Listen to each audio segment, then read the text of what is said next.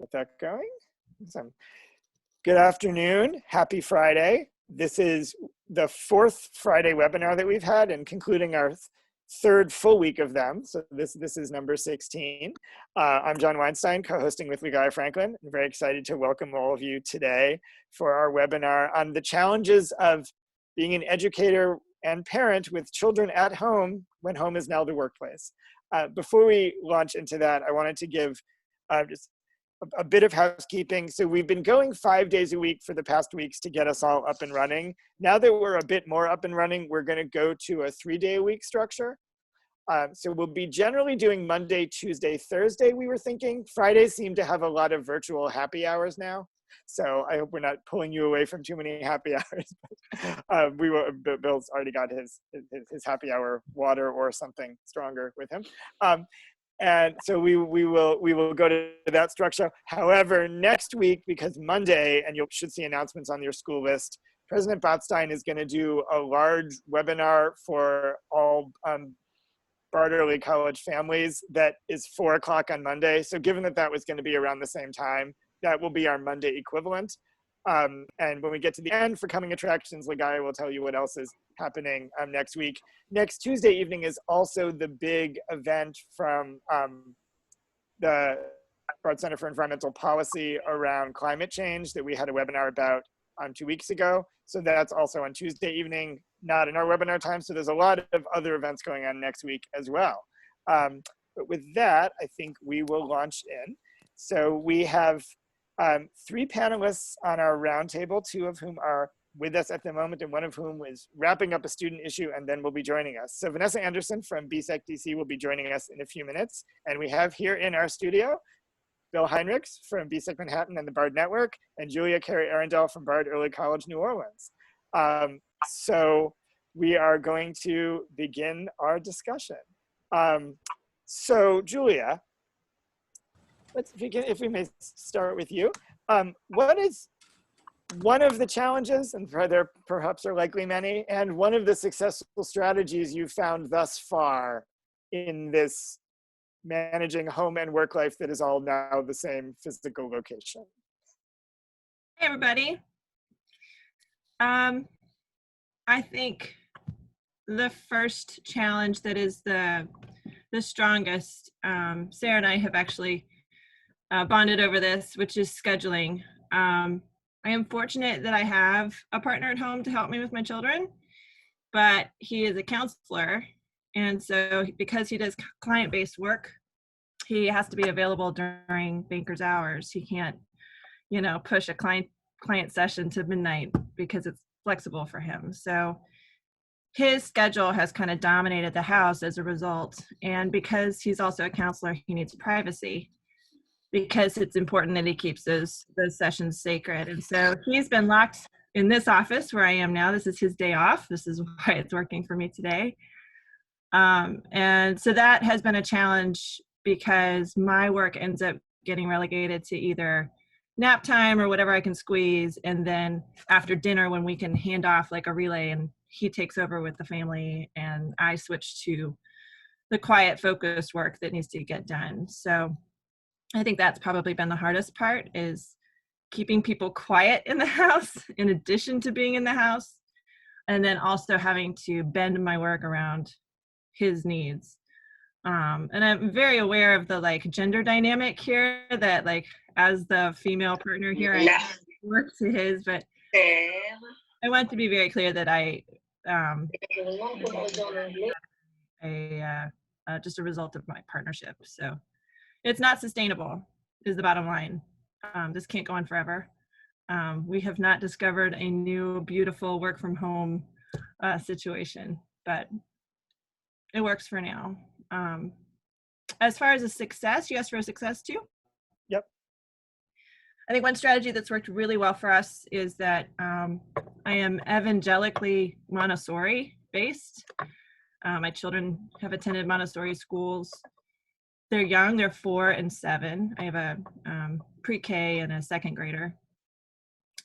And so because Montessori is very structured, but it's structured with a frame so that the children have choice. We start our morning every day at breakfast. We followed our same routine. We get up at the same time every morning. We get dressed. We do all the things that we did before. And then we spend a moment planning our day together so that there are no surprises.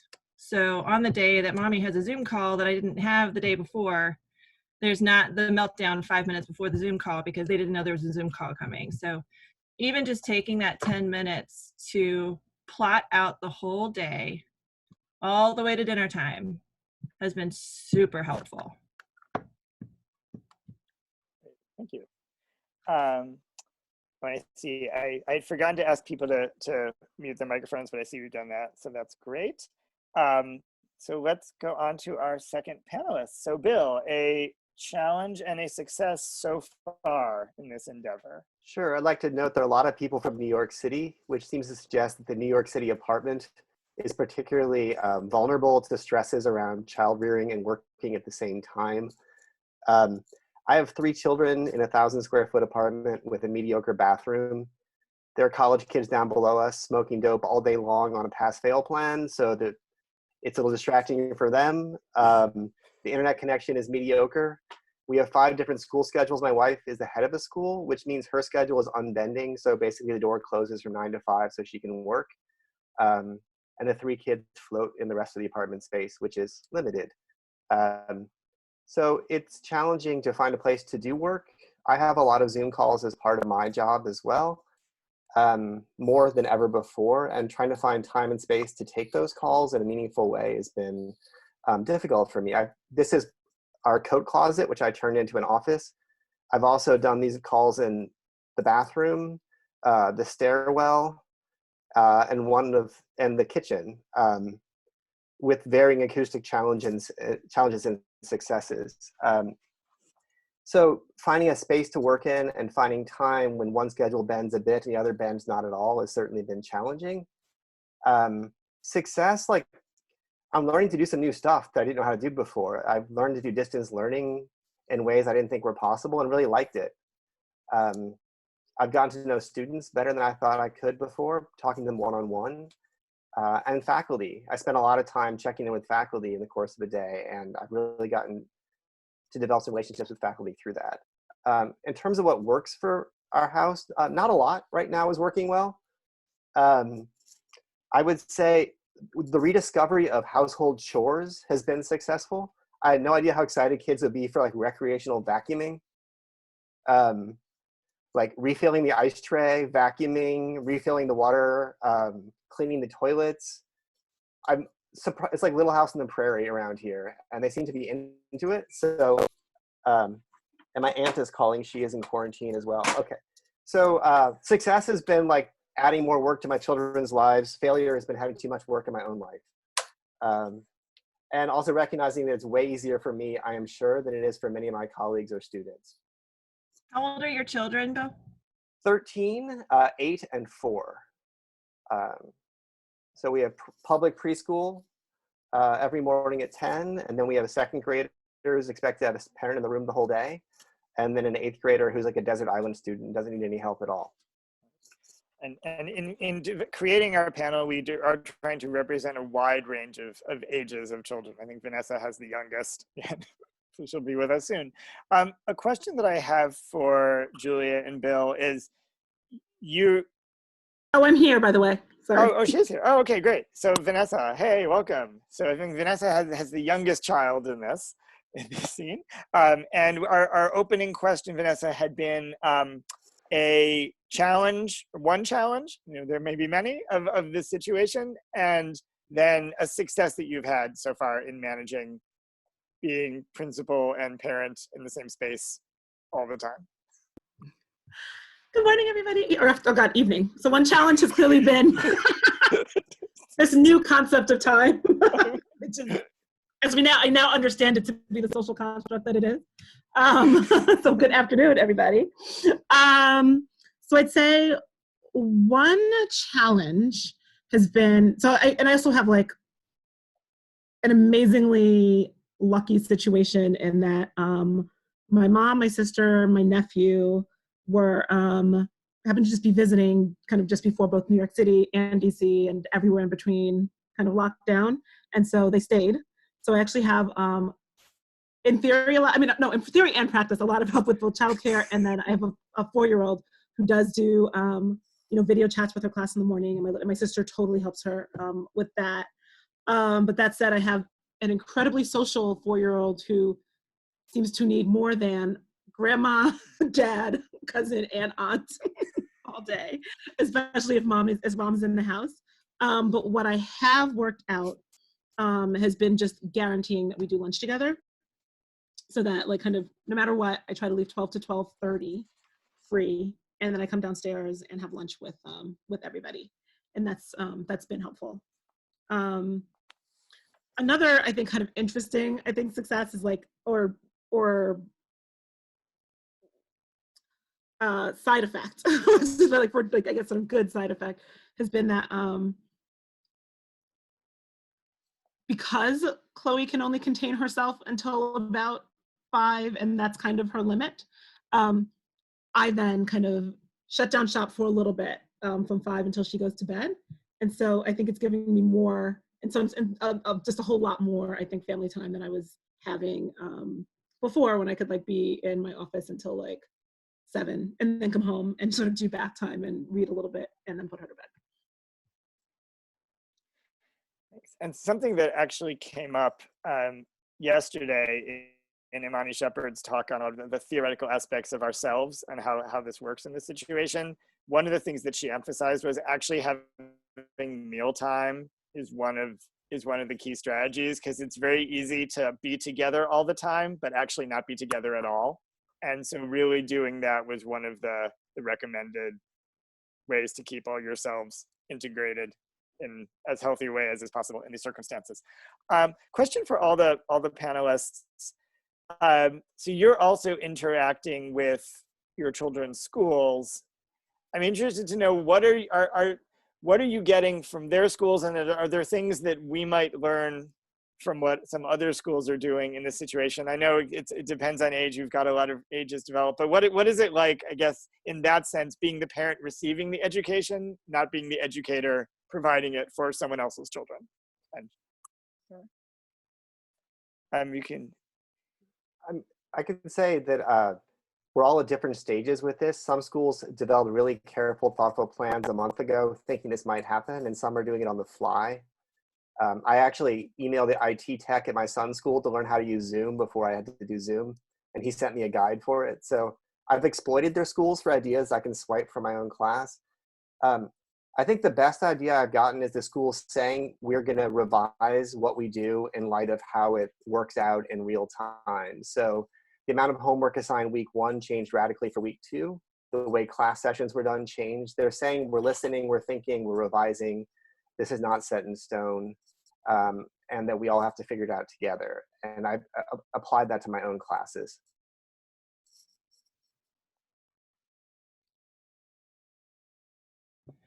I think the sheer amount of communications coming out of my older daughter's school has been very overwhelming. My husband and I joked about how he would sit in this office during a session and he would just watch the emails ping up while he's trying to take somebody down from a panic attack, And so that has been a lesson for me as an educator, is slow my communications down and consolidate them, and also make sure that they're really clear and concise. I tend to be verbose anyway. My dean is here, she can attest to that. I send very long emails. And so that's been a lesson to me, is to remember how overwhelmed everybody is, and that even in normal conditions, my emails are tough to get through. So I need to take it down a notch. And I think my students have appreciated that. The other thing I would say I've learned, especially from my second graders teacher, we have a blessing of a teacher with her. And because it's Montessori, she has the same teacher for 3 years, which is really great, so we have a long relationship with this woman. And there was an emotional setback on the phone in the Zoom call with my daughter 2 days ago. She got upset because she wanted to share a lovey that's the size of her room during share time, and they have a no toy rule, right? So she got shut down and not allowed to share because she broke the rule. It was toy, and she left the Zoom call. and came screaming to me, which is not like her. And the fun part was that my 4-year-old also had a Zoom call going with her preschool at the same time. So then we had battling Zoom problems, and that was a whole other mess. But when I reached out to my teacher about what I thought this Zoom call was supposed to accomplish, and that it wasn't mimicking the classroom experience, it was deepening the socio-emotional connections with our children, and that is what we really need to be focusing on right now, is not so much the education and the rules, but the fact that our young people and our young children are being starved socially. And this is the 1 hour that my kid gets to see her whole class that she normally spends 8 hours a day with. Once we kind of checked that back into priority, I was blown away by the response, because the teacher then called my daughter and they had their own little Zoom session for an hour and fired her right back up, and she was ready to join 2 days later. She had to take a day off because she was so upset. But that really taught me something, that, you know, the relationships need to be happening first, and the work will come. How many times do I have to be told that? You know, the work will come if the relationship is there.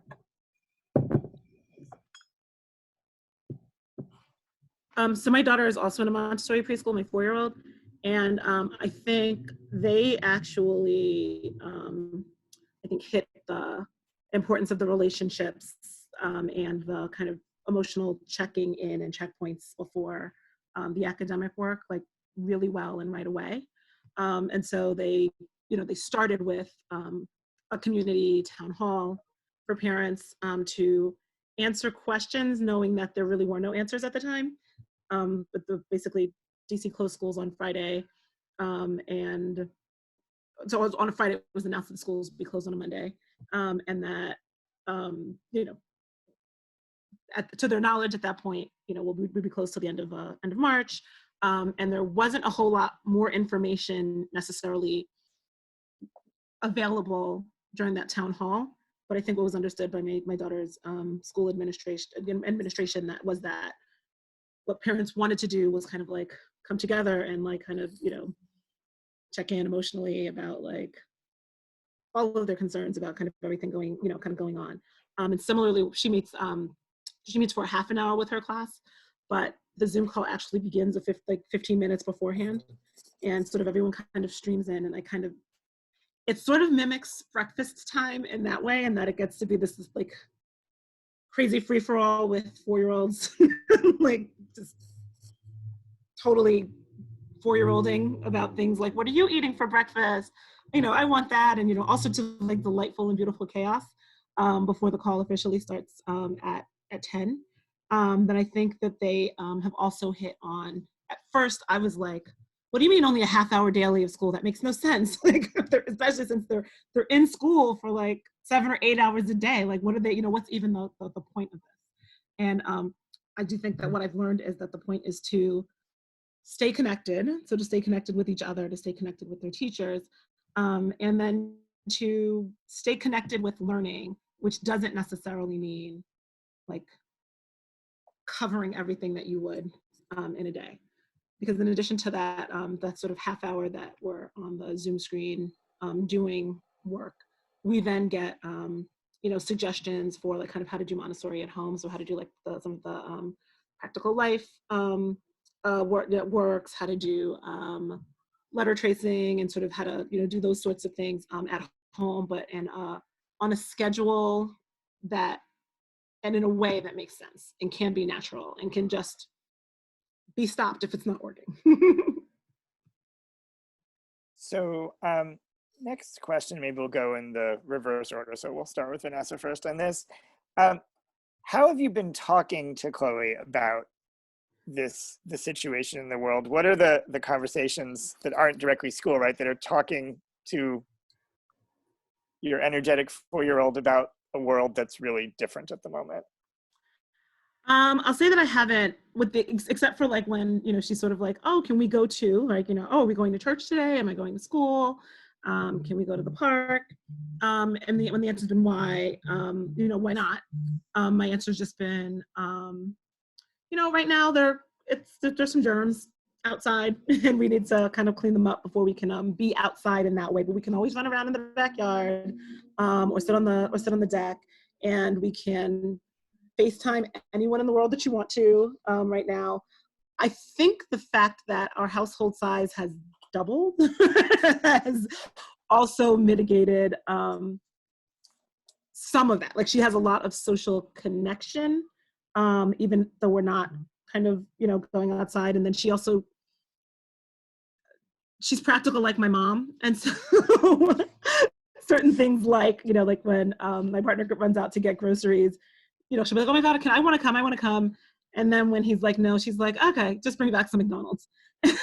So I think for now, but we're of course only now in week 3 of this, she seems to be kind of accepting of the fact that something is different. I don't know that she understands necessarily like how grave things are, but because she's having, as a very social and energetic person, she's having a lot of like social interaction, that might make it a lot less anxiety producing than it would have been otherwise. Mm-hmm. Thanks. So Julia, how is that for you? And is it different with 2 different ages? Yes, it is very much so.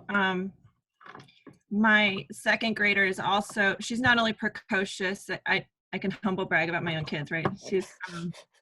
She's precocious, but she's also very sensitive. And she's an introvert, and she's got all of my worst qualities, bless her heart. But at least I know these qualities well, so I know how to work with them. And I think for her, we haven't really hidden much about what's going on. We've been pretty transparent with her. And I actually just texted my husband to ask what the podcast was. She's a podcast junkie. And I have a whole list if you are interested, if you want some podcast recs. But one of her favorite podcasts, and I think it was Wow in the World, did a special on coronavirus and what it was and what was happening. And she really enjoyed that. And I think that it cleared a lot of things up for her.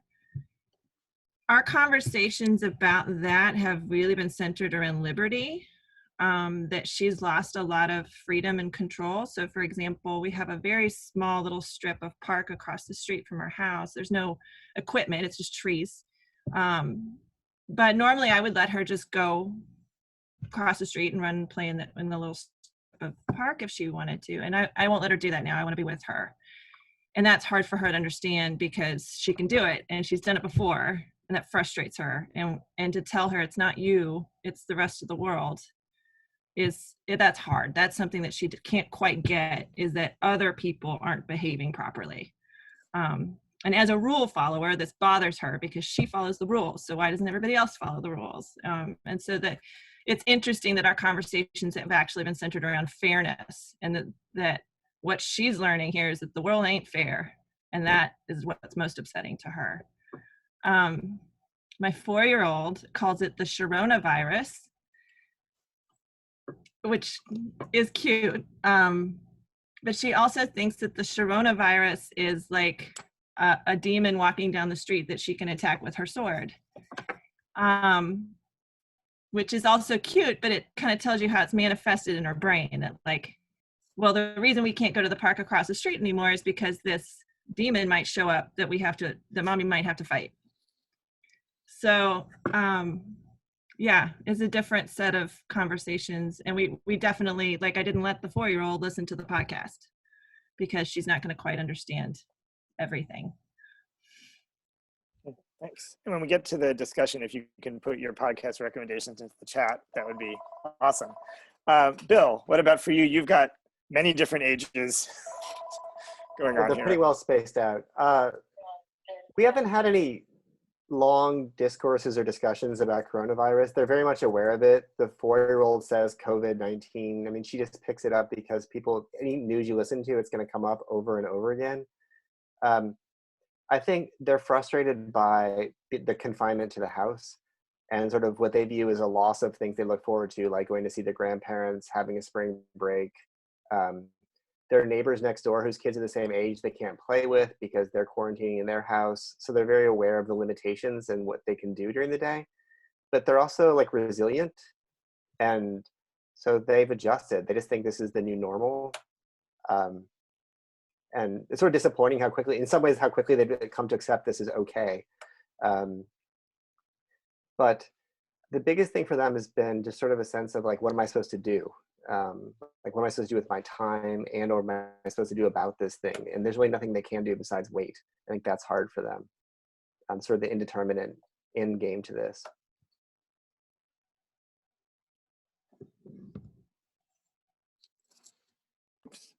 We're going to now open it up to the full group now that I have unmuted myself. And if you want to ask questions, there's two ways to do that. One is the raise hand function. So if you go to where it says participants, you can then click on raised hand. You can also ask a question within the chat and I'll read the question for you. And you can do that whether you have a microphone or if you don't, that's also the way to get your question in. And if you have any helpful resources or advice or pieces to put in or things like that, if you put those in the chat, we do make the chat text available on the Learning Hub as well.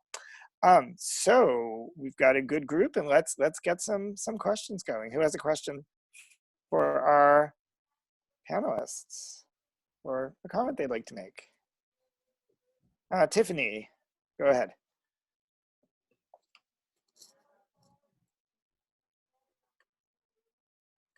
I have a question for Vanessa.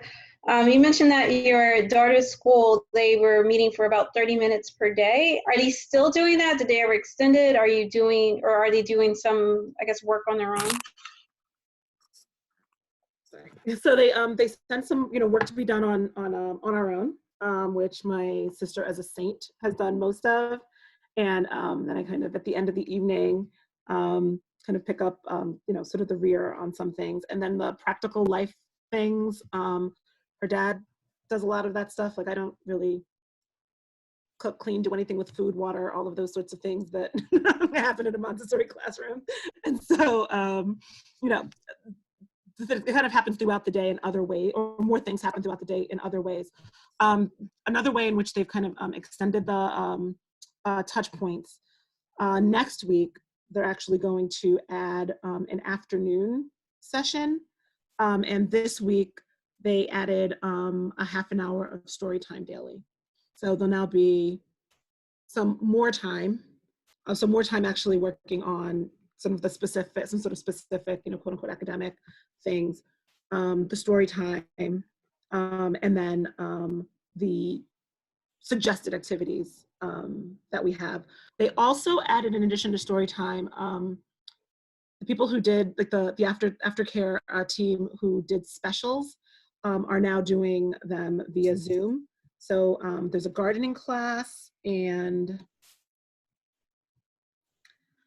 I forgot what the other class was, but we ended up skipping the gardening class yesterday because her dad is a landscaper and was pulling weeds and doing stuff in the yard anyway, and so that just we gardened. We literally homeschooled gardening yesterday. Okay, next we have a question from Laura. Okay. I mean, it starts with a comment, but then's a question that's for the panelists, but maybe everybody here, which is, it kind of occurred to me that for myself, and I don't know if you could tell that Izzy, who's 9 months old, is sitting not so patiently with me. But I think that there's something that's both really hard, but a silver lining in this is that I think that all of the kind of labor that we're doing, because we're doing it simultaneously, is suddenly really visible to the community. Literally visible, because there's babies in Zoom meetings, and in many ways that's a good thing, I think. But I think that in reverse, I mean, of course it's really highlighted by me. The reason why Izzy's with me is that my wife is talking to a patient on the phone right now, and so we trade off, and sometimes we can't avoid doing all the things we need to do at the same time. But I also think it reveals this window literally into our students' lives who also have really complicated family responsibilities. So that there's also been my students who are giving a bottle to their little siblings while I'm here on the screen and there's multiple babies in view, or there's just, like Bill said, there's really small New York City apartments. So you see everybody's constellation of who's in their home, and not everybody's cooperating with the fact that somebody's in a classroom right now and trying to concentrate. But I've seen a lot of interruptions from family members who for valid reasons, I think, need the attention of the student who's trying to learn, who's trying to do a good job. And it just reinforces for me that that's true always. The benefit of being in the building is we can kind of shut out some of those distractions, but then we all go home. And sometimes I think we all act as if when we go home, it's the same conditions of being at school where we can focus, and maybe there's childcare and other people helping with some of those things.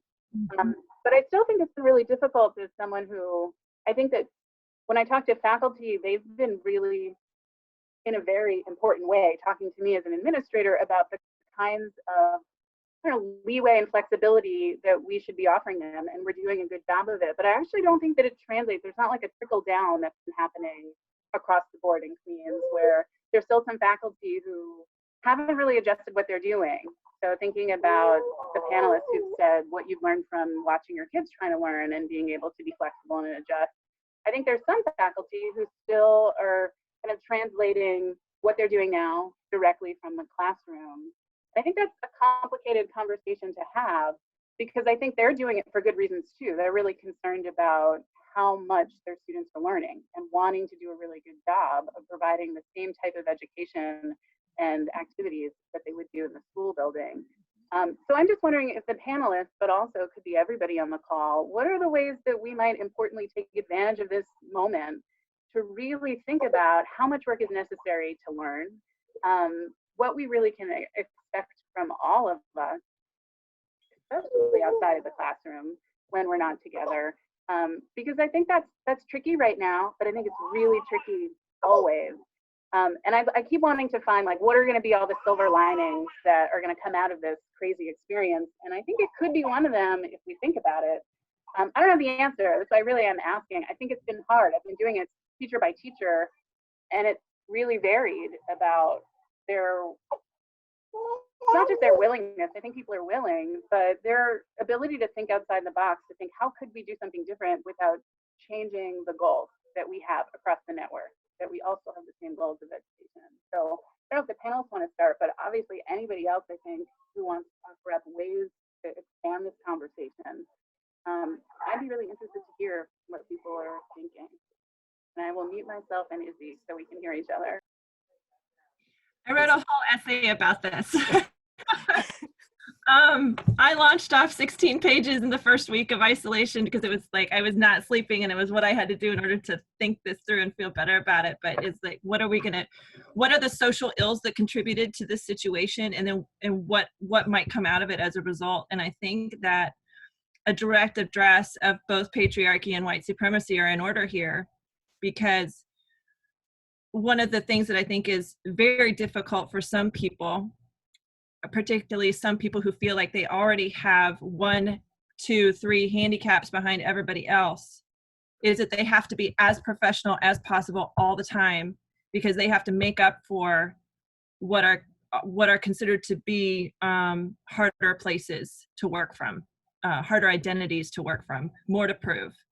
And so we end up in a situation like this, as you're pointing out so beautifully, that there's, when it comes to what does it mean to be professional, has suddenly been completely upended. That can either become a very safe place, or it can become a very scary and toxic place for a lot of people. And I am very gratified to my leadership at my campus, because that's the only leadership I really can speak to. But my school leader, Anna Maria, and my direct report, Jesse, who's here, have been super supportive as far as, like, what do you need? How can we help?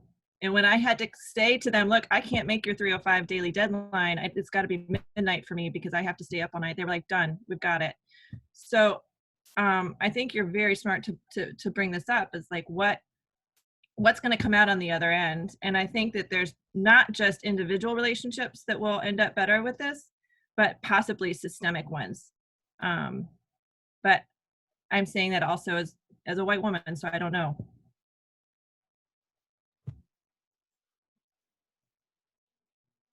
Thanks, Julia. Other comments on this? Yeah, Vanessa? I hope they're systemic. So I know that I've definitely had to have conversations with faculty about, what access means. When I've said, well, it's great that you're having, well, first of all, there was a whole lot of uproar about DCPS basically said that students can't be penalized for work not done during this period, largely because so much could happen that we don't know anything about, but that this period should be, should basically be one that is about engaging students, at least for this particular term 3, about engaging students, trying to have, having them keep up with work, and maybe, kind of enhance their grade, their term grade up until schools were closed. And when conversations about access came up, or access to devices, and sort of having various entry points into your class and your class work, one faculty member was like, they all have cell phones. They're always on them in class, and da-da-da-da. So everyone has a cell phone or a smartphone and can totally access the work. And, I don't kind of get it. And I was like, well, access can mean a few things. So you can, yes, have a cell phone. Yours might be one of 2 or 3 cell phones in a household of 9. And that might be the device that now everyone needs to do everything from the 4-year-old, the half an hour a day for the 4-year-old, some math problems for you, the 16-year-old, and filling grandma's prescriptions, and all sorts of other things. Also, having access to a smartphone does not necessarily mean that you have access to time if you are the oldest person in the house and are babysitting several siblings, or if it's just not quiet enough in your house to focus until everyone's gone to sleep and you're doing work at, you can't start your work until 11 o'clock. So during the school year, when I have conversations about, on the flip side, particularly about so many of our students who worked, and who worked not to not just to get their hair and nails done or to buy sneakers, but to actually help keep lights on in their home. I feel like this, like some of those kind of arguments about access are the same ones, but I do think that the fact that, as you mentioned, Laura, many of us, the faculty, the administrators, the adults are having the same sorts of kind of issues balancing things. So yes, we have an internet connection, and yes, we may be partnered or have family, but we still need to figure out time and how to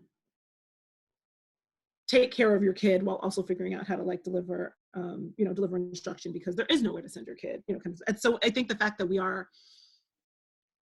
it is opening this window, but I still think that there's this window into our worlds, which can open up a window, I think, for these discussions about equity and access, but that there's definitely still a lot more to talk about. Something I'm thinking about as all of you are talking is that I think one of the struggles right now is that we lack some terminology around this. We don't have good, useful ways to refer to ourselves. And also a lot of these things that are coming up now are very personal, where it wasn't anybody's business at work, what your Wi-Fi was like, or what your personal situation was like with childcare, right? Or do you have a partner? Do you not? Your kids' special needs, or whether you have a yard at your house, or any of that stuff, right? And so now we're all sharing more of ourselves than we are probably comfortable, and it puts us in those vulnerable positions, like some people were mentioning, and depending on who we are, I guess. And then we don't have helpful ways to refer to ourselves, to be well, I'm a non-partnered person with kids that has good Wi-Fi and a computer and an iPad, you know what I mean? It's we don't have ways to kind of explain here's my situation, here's Bill's situation, and here's why we both can't ever meet at 3 p.m. but 8 p.m. is fine. Is it something I know that so I think the terminology thing, having not having a way to communicate those to each other, and just how to even be comfortable with that, since so many of those things are intertwined with a lot of personal things we think of as personal, but are now overlapping into work. Thanks, Sarah. We have a question from Tiffany, or a comment. So yeah, one thing I'm realizing is it's been hard for some people to recognize how everybody's situation is different, because I know some people who've been assigning, like you mentioned, not necessarily slowing down and continuing what they have done. Some have kids, some don't. But we have varying levels of help and access to technology and devices per person. So I think sometimes people can forget that they're thinking, okay, I have kids, I know what it's like, I'm doing assignments, but maybe their children are at a different academic level, maybe they have a different ratio of devices, some of them maybe they have extra help at home. So I think that's where it can get tricky, where we can think, sometimes you can think, oh, we're all in the same position, where the truth is we are in various positions. And actually, I'm in a position where I do have a first grader with special needs and a fifth grader, and I'm just seeing a difference, the difference in work. I know the first grade, I was getting lesson plans from teachers with all kinds of terminology. I had no idea what they meant. They thought, I spoke I think most of them understand that I'm a teacher, but they thought I understood elementary level, different terminology. I had no idea what that method was, and I'm trying to figure out what on earth am I supposed to do, to get my first grader to read. Like, I'm not used to doing that.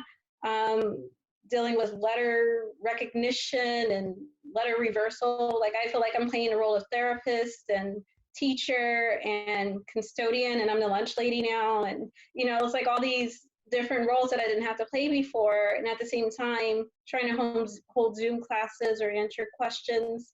So it can be tricky, but we're all at different situations. Maybe somebody's not the lunch lady, maybe somebody else is taking that over, or maybe their kids are old enough to make their own lunches. So I think more the dialogue and discussion and recognition that we're all, juggling different types of things with our home situations.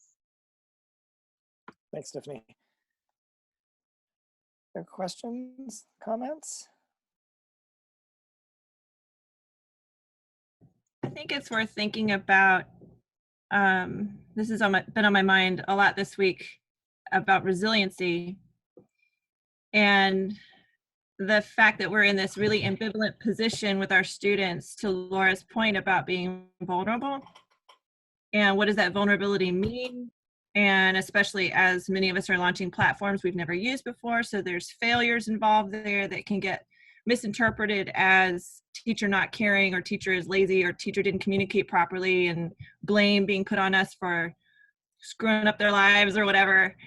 And at the same time, having all of these other struggles that we have at home, that there can be some pressure, but also some beauty there in the fact that we are the adults in the room that are modeling to them how to handle this. And at 41 years old, I've never felt like more of an adult in my life, which is kind of a gratifying thing to feel, where it's like, oh, I actually do know things emotionally that could be helpful here, because I can show students how to be creative in this moment. I can show them how to maybe be a little vulnerable and like, look, I made a mistake. And that hurts my pride to tell you I made a mistake, but I did it.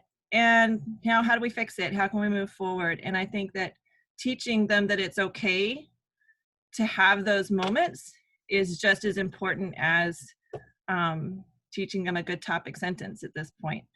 Because when we think about early college education, what we're trying to do is set them up to survive college, especially in that first semester, that first year when they go off on their own.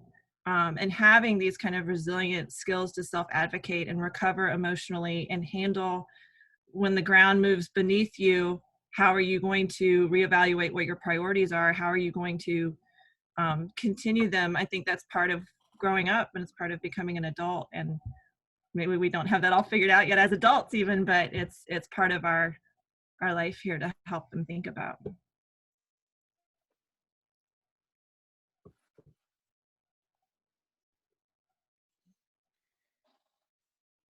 You do in the I just chat. have Oh, sorry. Go ahead. I just Go was ahead. going to say that we're all in a crash course of what it means to be human. Just throwing that out there.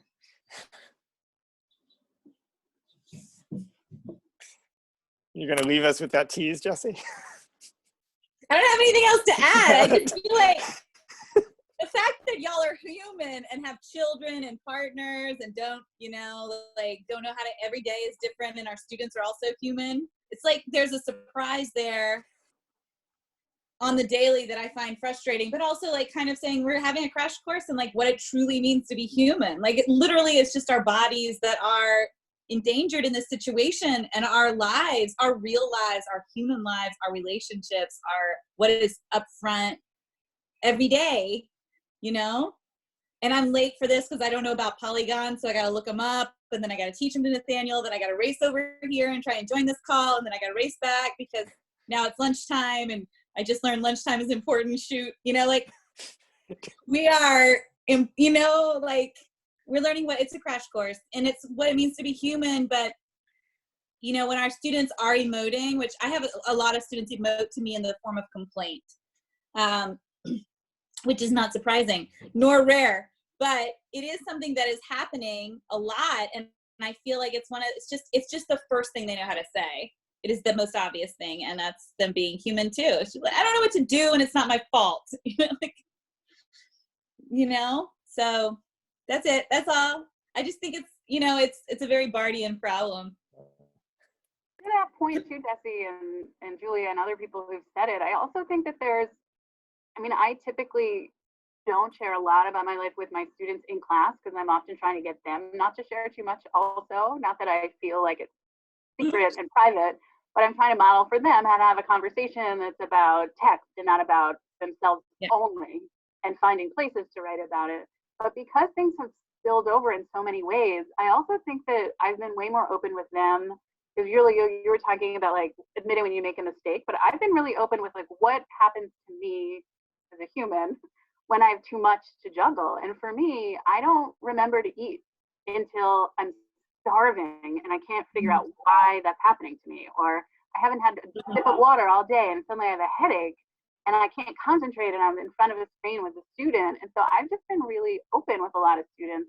And something really beautiful I think that happens is they have an opportunity to kind of caretake me in a way that kind of generates this conversation where, you know, then we'll talk about self-care and thinking about, you know, what should we do in those moments where I'll say to them like, well, I realized I didn't eat anything yet, but I had to get, you know, the Zoom started because class was going to start. And a student will say to me, you know, you could come onto Zoom and say, I need a minute and eat in front of us because, you know, we get it that you're busy, or you can pause. And so the fact that they're troubleshooting with me and I'm able to admit to them, like, I'm no expert in this part of it at all. Like, I don't have it down.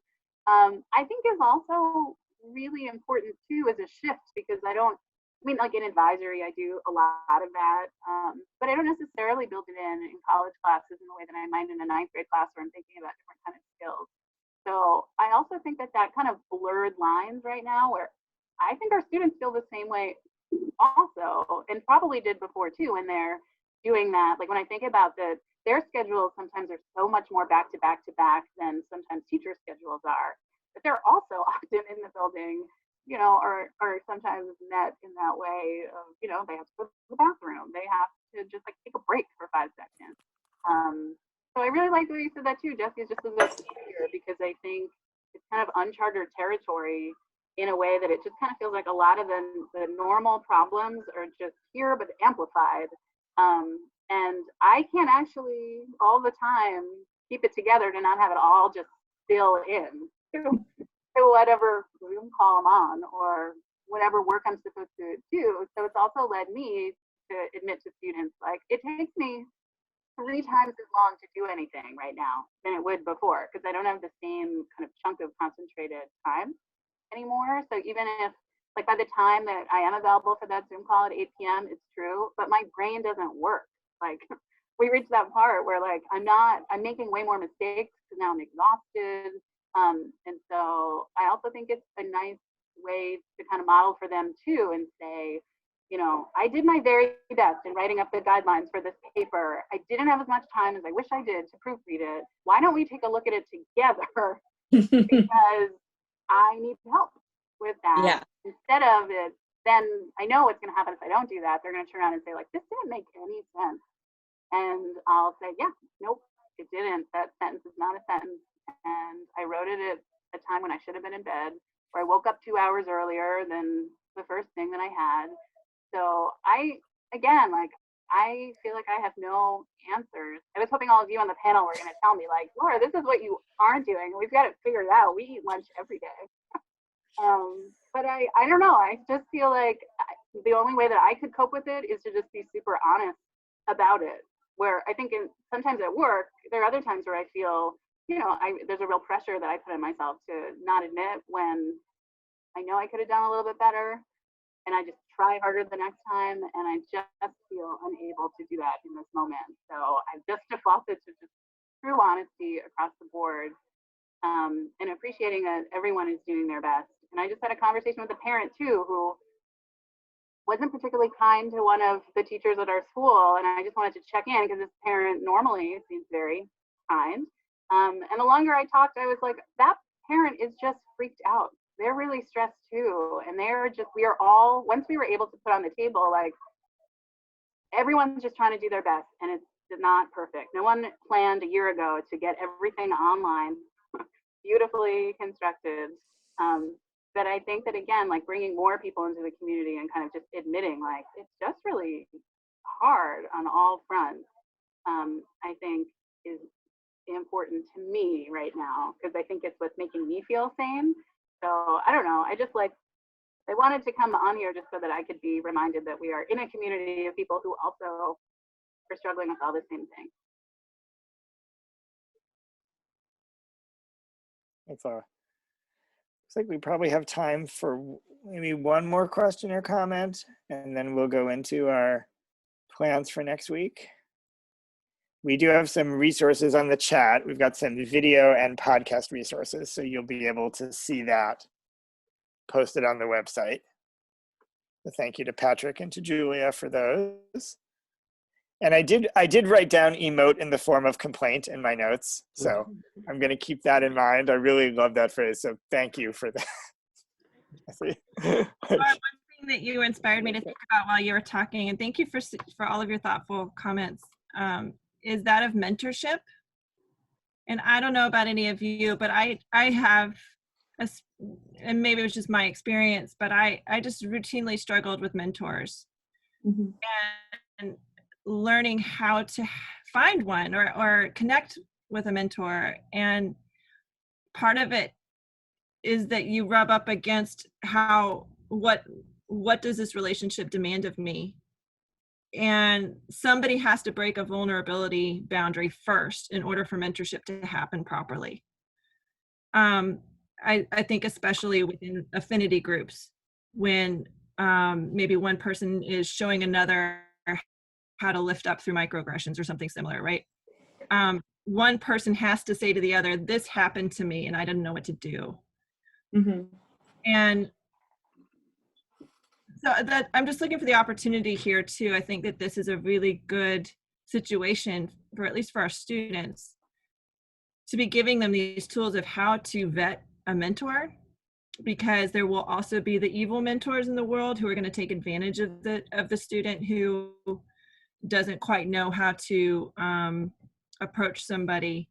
And to your point about like spilling too much or saying too much too personally.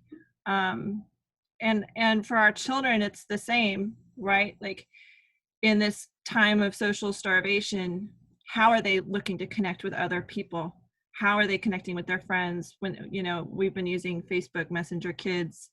My daughter is drunk with the power of Facebook Messenger Kids right now.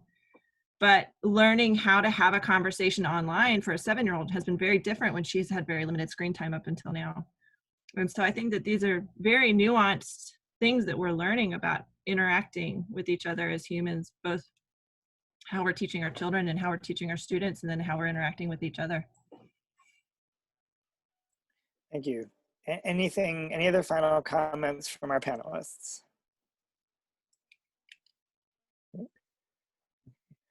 And I'm going to send it over to Ligaya to hear about some of what we've got going on next week. So as John mentioned earlier, we are going to move these webinars to 3 days a week, Monday, Tuesday, and Thursday. So on Monday, President Botstein is going to host a webinar for the community and families. So that will replace our Monday webinar. On Tuesday, Kathleen Kemp from BHSEC Queens will be talking about Google Forms for assessments. And on Thursday, we're going to have a lovely surprise stress-reducing, anxiety-reducing activity. hopefully from a myriad of our BHSEC faculty, and not just one. So hopefully they'll confirm, but it'll be fascinating, and I hope you all will join us. So back to you, John. Thank you. And so Monday will be a different link because that's going to be like a Zoom for 1,000. This should be coming, the campus leaders all have this link, so that should be going out to the campus lists. The Tuesday and Thursday will be at the traditional Zoom link that we use for all of our remote learning webinars here at the Bartley colleges. So we are at our end and at our end of the week. I want to thank Ligaya for co-hosting with me. I want to thank Julia and Bill and Vanessa for joining us. I know, it's particularly challenging to do this with children at home, and to be on a panel with children at home at the end of the week on Friday, I know is a tall ask, but I thank you so much for being with us and sharing. And thank you to everyone for joining us again. I'm so happy to have you here. It was great to have some new faces here on our webinar. And I wish everyone a great weekend. I hope that we do all get some time to do something fun and relaxing for yourself. I learned that that's an important physiological requirement. So it only has to be 5 minutes. So let's all find at least 5 minutes. Have a great weekend, everyone. Thank you, guys. Have a great weekend, everyone. Great weekend.